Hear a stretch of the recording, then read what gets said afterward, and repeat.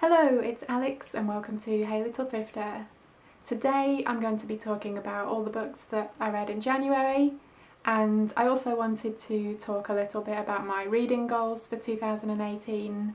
I didn't have any specific goals last year, but I managed to read 43 books, which for me was pretty good, and that averaged out to be 3.5 books a month. So I figured this year I'd like to bump that up to 4 books a month. I think with a little bit of effort that shouldn't be too difficult. I do want to focus more on the books that I actually own. I've picked up so many over the past couple of years from thrift stores and library book sales, and while I do want to read them all, I find it easy to get distracted and take books out from the library and buy more books, so I'm trying to limit those, especially the book buying at least, and work my way through the books that I already have on my shelves. Also, I'm mostly interested in horror and thriller genres right now, so I'll probably be focusing on that for the year, but we'll see how it goes. But I would like to have at least one book a month that is from a different genre, so whether that be classics or non-fiction or anything else. But as much as I love horror and thrillers, I do want to branch out a little bit, and I do have a ton of other genre books on my shelves anyway, so I should try and get to those as well. Another goal for this year is to be okay with not finishing a book if I'm not enjoying it. I am one of those people that I just have to finish the book. Even if I'm really not enjoying it, I will slog through it to get to the end just so I can justifiably say I didn't like it. But I've reached the point where there are so many things I want to read and I have an interest in that spending time on stuff I'm not enjoying just doesn't seem like the right thing to do. So if I'm not feeling a book, then I might as well just put it down and move on to one of the other books that I'm interested in. Anyway, so what did I actually read this month?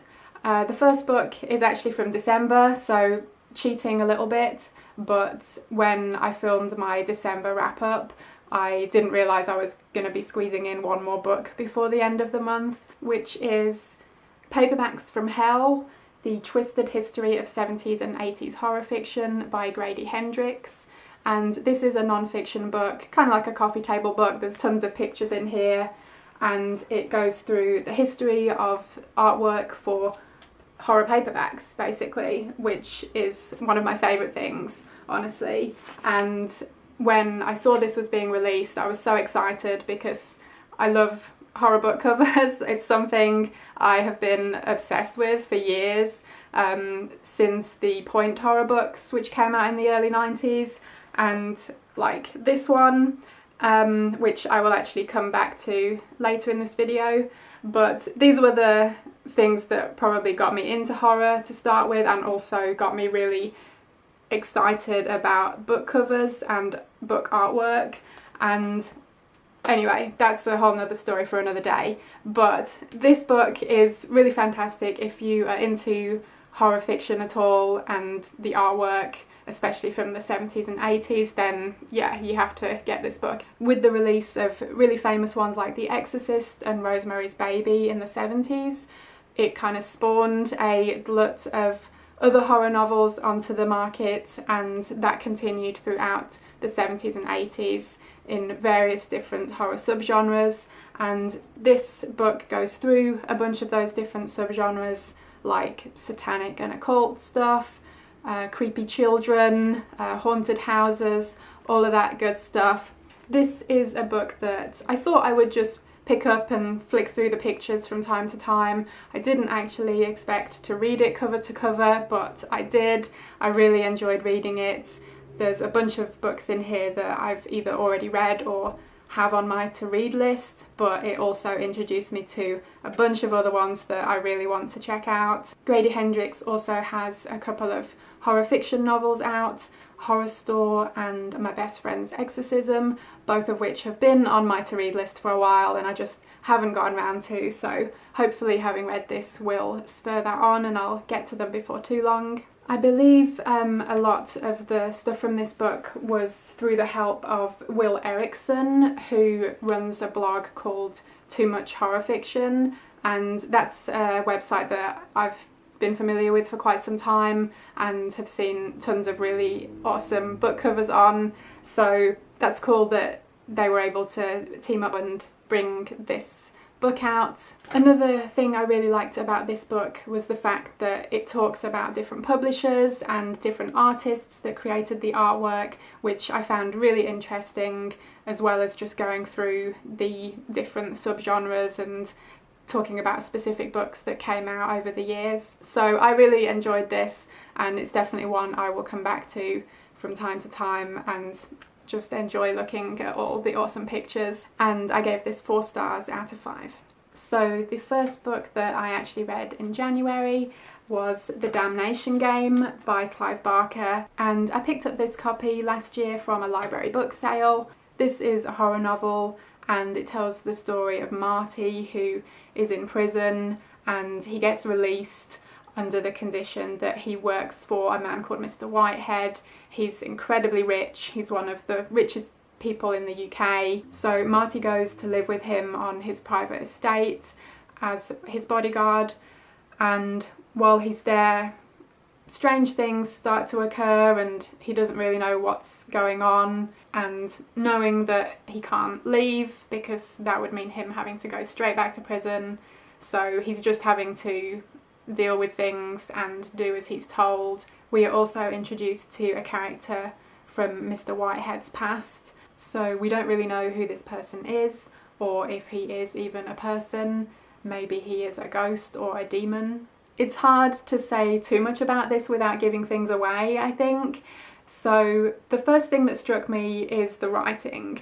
This is so well written. I think horror gets a bad reputation as just being really schlocky and badly written, but that is so not the case, and Clive Barker's definitely a great example of fantastic writing. The story was definitely interesting and kept me intrigued throughout. There are some gory and gruesome scenes in it, and there are also some fantasy elements, I would say, and a little bit supernatural. You're right there with Marty as he is experiencing these weird things going on the estate, and you go down the rabbit hole with him as things get weirder and more intense. It is deceptively long though. I mean, this doesn't look like too long a book, but it's wall-to-wall text basically. There are no blank spots. So it's probably almost twice as long as it looks, which is fine because I really enjoyed it, but I think going in I just wasn't expecting it. But anyway, I really enjoyed this. I thought it was brilliant, and I'm looking forward to reading more Clive Barker, and I gave this one 4 stars out of 5. Next up, I read Fledgling by Octavia E. Butler, and I got a copy of this from the library, so I've already returned it.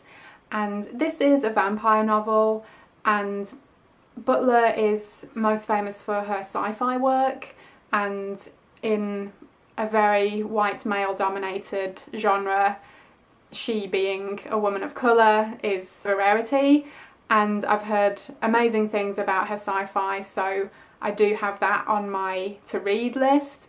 This one is a horror novel though, and I believe it was supposed to be the first of a trilogy, but she only wrote the first book before she passed away. And this is a vampire novel, and it tells the story of a young girl who's like 10 or 11 years old. She wakes up in the middle of nowhere and she's injured, and she doesn't know who she is, what happened, how she got there, and so she's trying to A, get better, and B, figure out what's going on and what happened to her. And she basically goes from place to place, meeting more and more people. She meets a lot of other characters throughout the book, and there's a lot of names to keep up with and all the different relationships between people. And it turns out that she's actually a 50-something-year-old vampire, and she just looks like she's 10 or 11,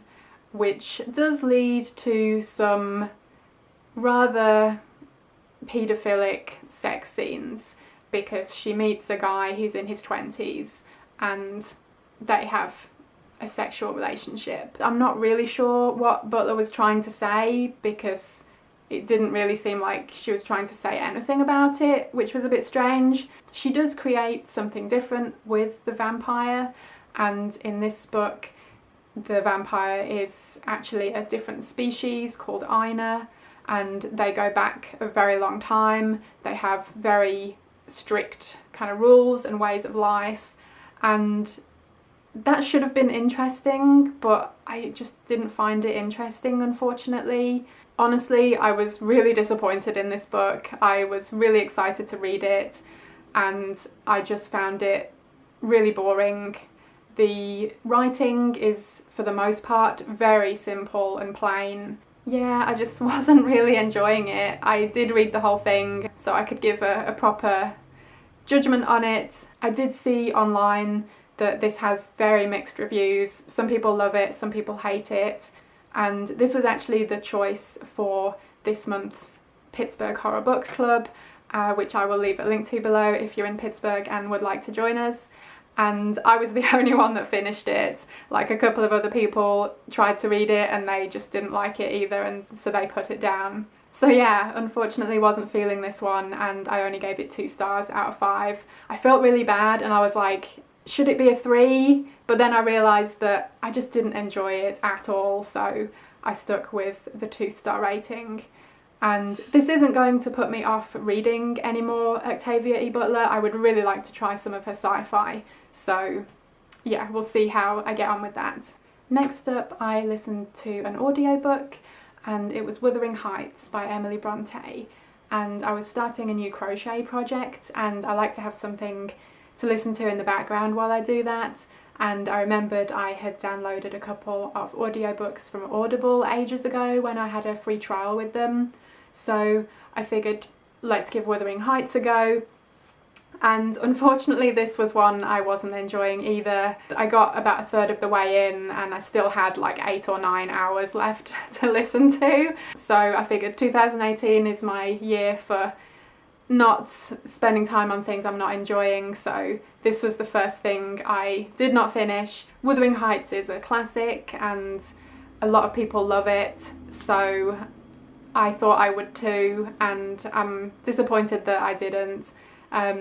Maybe it was the version that I listened to, I'm not sure. Maybe I would have gotten on better with it had I been reading it rather than listening to it. I know a lot of people love this book and really like the relationship of Kathy and Heathcliff, but I just found everything annoying and just didn't really care about them after a while. There were certain things I did like about it, and the one bit I really liked was there's kind of like a supernatural scene somewhere closer to the beginning, which I quite enjoyed, but that just seems to be a one-off rather than a theme or tone of the whole book. And I gave it 2 stars out of 5, which I know some people are going to think I'm insane, but there you go. So then that left me with my crochet and nothing to listen to, so I remembered that Back to the Point horror books, and I remembered that back in the 90s they'd brought out several of these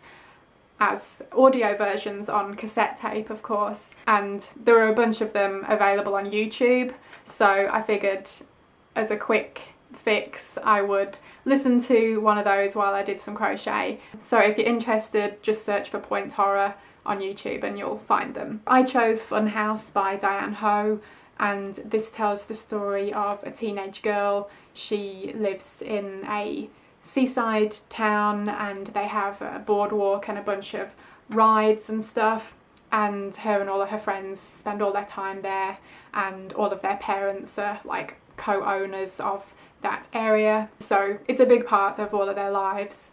And all of a sudden strange things start happening there, and there are a bunch of accidents on the rides, and so we're trying to figure out who it is that's causing all of this chaos before they actually get to the main character. I mean, I get it, it's, you know, it's YA horror from the 90s, it's not going to be winning any awards, I realise that, but honestly I enjoyed it a lot more than Wuthering Heights, so take of that what you will.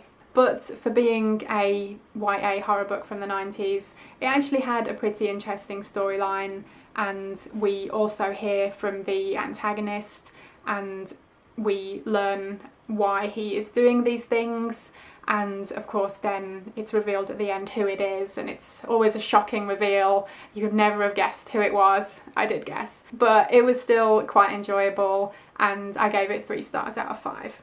Next up, I read a book on my Kindle, and this was The King in Yellow by Robert W. Chambers, and this edition is one that I got from NetGalley, and this is being released by Pushkin Press on February 18th, so that's right around the corner, and I really enjoyed this.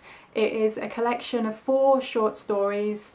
They're in the horror, weird fiction, supernatural kind of genres. They were originally published in 1895 and were super influential, yet kind of not as celebrated as it should be. And I believe some other editions of this have 10 short stories in the collection, whereas this particular edition only has 4, and so I was a little confused at first, but apparently those 4 are the only ones actually related to the King in Yellow theme, and the other short stories in other editions are not related to that. So this particular edition focuses on those 4 short stories, and they were all absolutely wonderful.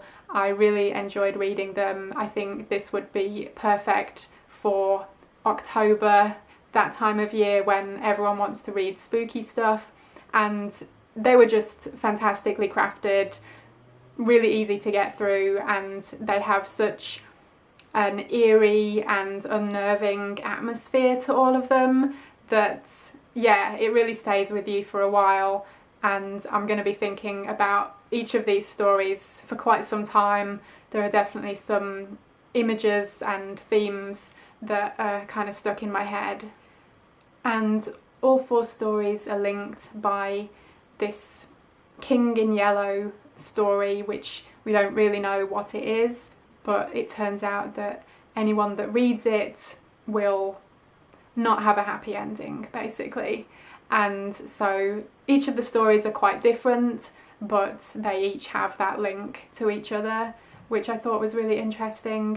And I can definitely see how this has influenced other authors like H.P. Lovecraft, who is definitely a master of the genre and is very famous, whereas I had honestly never heard of Robert W. Chambers before. I had heard of The King in Yellow because it was referenced in the TV series True Detective a few years ago, and I think that might be one of the things that kind of has spurred a new interest in this work. Like I say, I really enjoyed this, and I would love to reread this maybe at the October time of year when things are creepy and you just want to read scary stories. So I highly recommend this one, and I gave it 4 stars out of 5. And last up is one that I've actually only just recently started, and I am going to be reading it for some time. It is the new Annotated Dracula by Bram Stoker, edited by Leslie S. Klinger, and this is a pretty ginormous book, and it is the story Dracula but fully annotated, and there are a bunch of pictures and stuff in here also, which is really cool. And I'm only this far through and I'm still on the introduction, so yeah, it's going to take me a while, but I bought this from a thrift store sometime last year and figured it was about time I picked it up. I have read Dracula once before, years ago, so it's one of those books that I have wanted to go back to and reread at some point. And I guess this also counts as one of my goals for 2018, because I think this is one that I'm just going to be reading a little bit of every so often, and it may well take me the entire year to get through at that rate. So far I'm enjoying it. It's very interesting and definitely seems to be very well researched and goes into a lot of detail. So far it has been going through the era when Dracula was published. It's talked about Bram Stoker himself and his history, and also the history of the vampire in literature.